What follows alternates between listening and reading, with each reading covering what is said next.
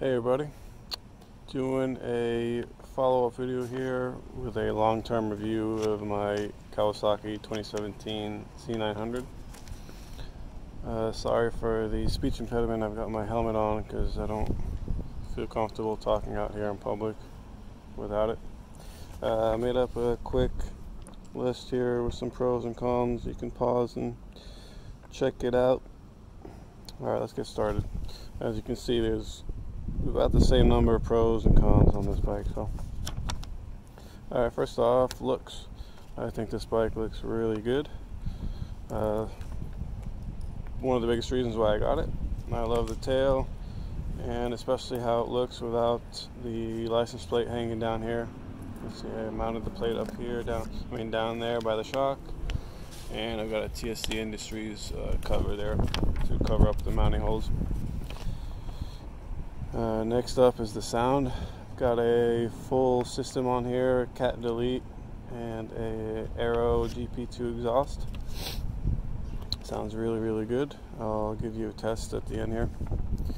Ergonomics up next. It's very comfortable for upright riding, very comfortable for commuting, very comfortable for two-up riding with a caveat.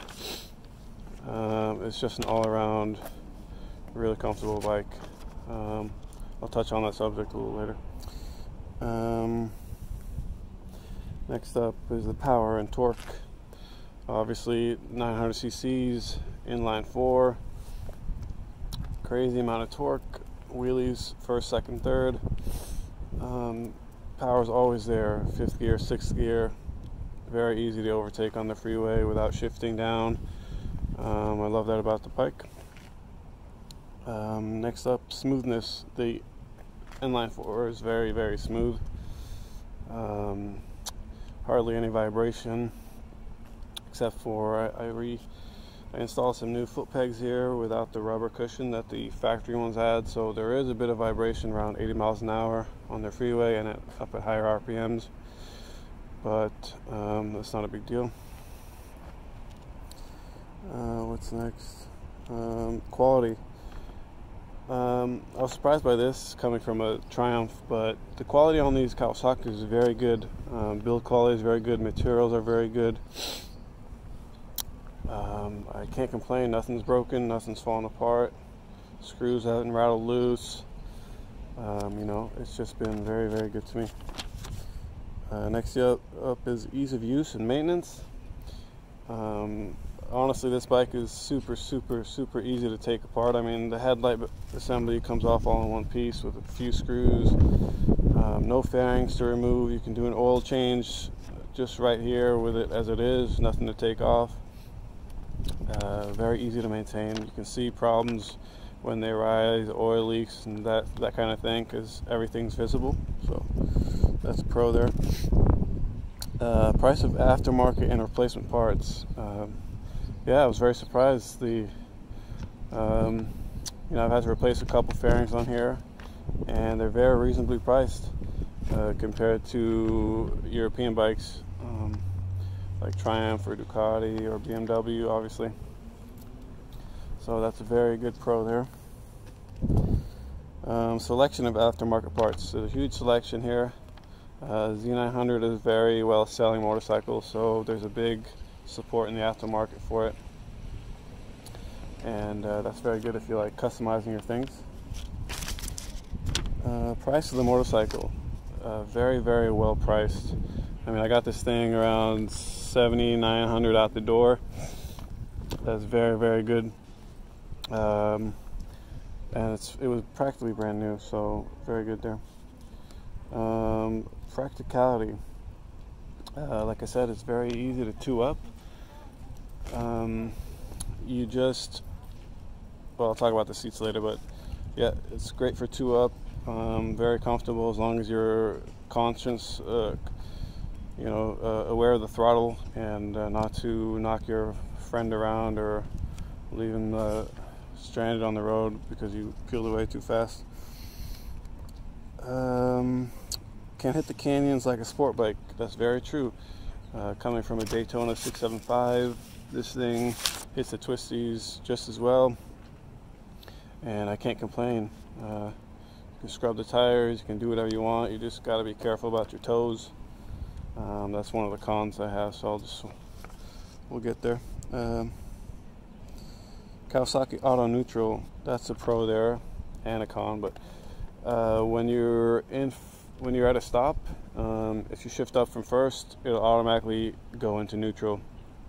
That's very nice. So you don't have to fiddle your way on the gear lever to find neutral. It'll automatically slot in.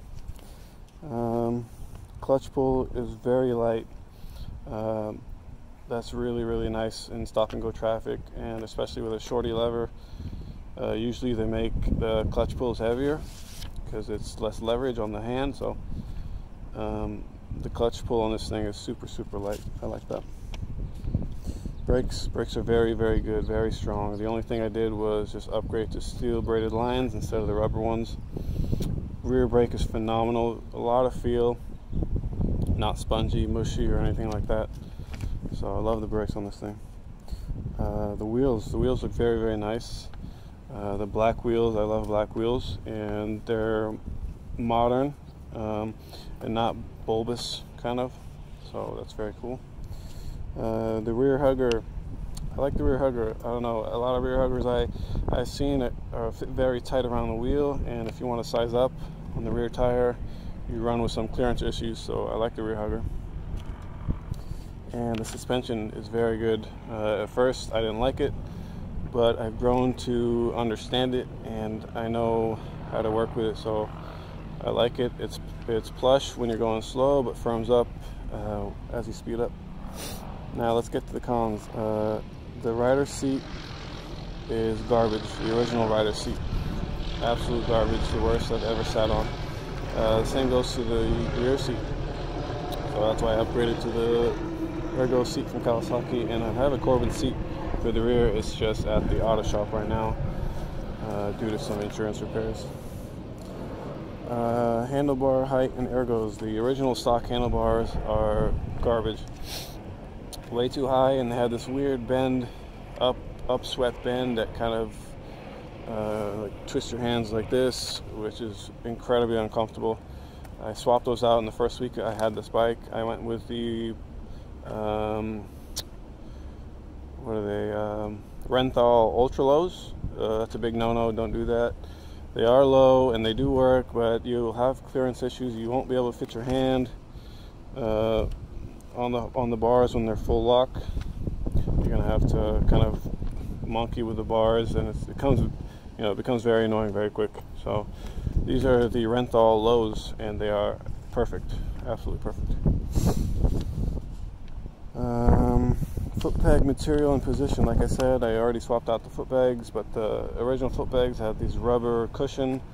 Same thing on the Honda Grom to kind of dampen vibration, and I hated it. It felt weird, it's squishy, it doesn't give you confidence in the twisties, so I swapped those out. Transmission and auto neutral. That's a con there. Transmission, I got a lot of false neutrals. I don't know why. I mean, if you don't kick the lever up hard enough, you're gonna slot into neutral, and it's very dangerous at high speeds.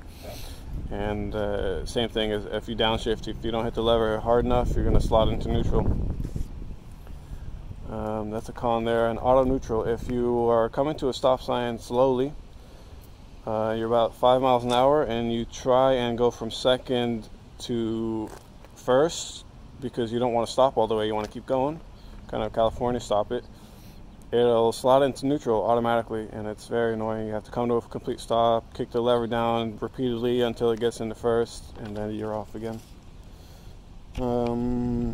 No ABS. This bike does come with ABS, but this particular one model didn't, and I kind of like that, but at the same time it caused me to crash.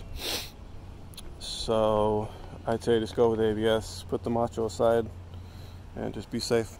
Exhaust hitting back of your foot, that's a very big con there. When your foot's on the peg here, your rear foot makes contact with the exhaust right here, and then also up here when you slide it back in the canyons.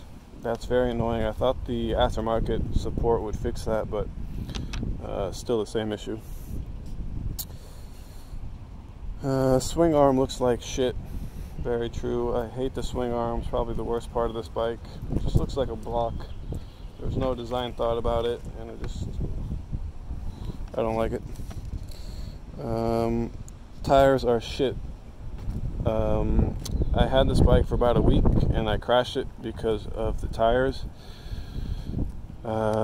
Any kind of dampness, the tires that come on the bike stock, they just can't handle it, and you'll regret yourself for not replacing the tires as soon as humanly possible. I went with the Micheline Power RS. I love these. Very, very, very good for commuting. They hold up to a lot of abuse for a long time, and I still haven't replaced them.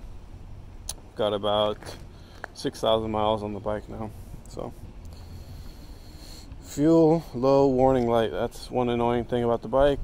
The low warning light is just the flashing fuel symbol. So if you look at that little fuel symbol right there, it just flashes when you're low, and there's no actual light around anywhere that tells you you're low. So if you're not paying attention, you're gonna miss it. And I've come close to running out of fuel a couple times because of that. The low red line. This thing red lines around 11,000. Coming from, like I said, a Triumph, revs out to 15.5. It takes a lot of getting used to kind of train your brain to shift lower if you're used to hearing the sound of the engine and gauging your shifts based on that.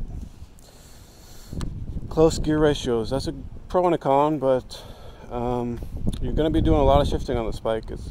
The gear ratios are very close, and if you're just putting around town, you'll probably be in third most of the time, just because that's the most comfortable that the engine's at the most comfortable RPM the engine likes to sit at when you're going around 30 miles an hour. So keep that in mind. No quick shifter, that's a con. Came from a quick shifter, now I don't have one. I can add an aftermarket one, but it's just disappointing. But what can you expect for the price? Paint quality and scratches easily. That's a con. The paint quality on these plastic parts is not very good, especially in this high damage area where you're brushing by the bike, getting on and off. They're going to get scratched up, and so if you're anal, you might want to do some clear film or something to protect those. Suspension is very hard at speed. That's a con. The suspension is good, but when you're two up and at highway miles or highway speeds and you hit a bump, it's gonna throw your passenger up out of their seat and into you, so be careful. No wind protection, that's a no-brainer. It's a naked bike, it's not supposed to have wind protection, but it's still a con. That's the only thing holding this bike back from high speeds on the freeway. I mean, I can only hit maybe 138 if I tried. And it's very, very difficult to be in full tuck on this bike. It was just not designed for it. So keep in mind, there are some aftermarket screens that are taller for touring and such, but they just look hideous. And for that kind of money and for the small gains that they make, I wasn't gonna get one. Like I said, the next one is very difficult to get in the tuck position. We already covered that. Low top speed, we already covered that. You know, because of the wind resistance, you're not able to hit higher speeds like you are on a full fairing bike. Like a full fairing bike. Not many aftermarket touring options. Yeah, like saddlebags and touring stuff. There's not many options. You have maybe two choices in saddlebags. They're both not very good, but I don't have them, so I can't talk about that. But I know that I was thinking about saving stuff for touring, and I looked around, looked, and there's not many options. Most of them are in the UK, and the shipping fees are crazy. So let me start it up, gives you a little sound test, and we'll end the video.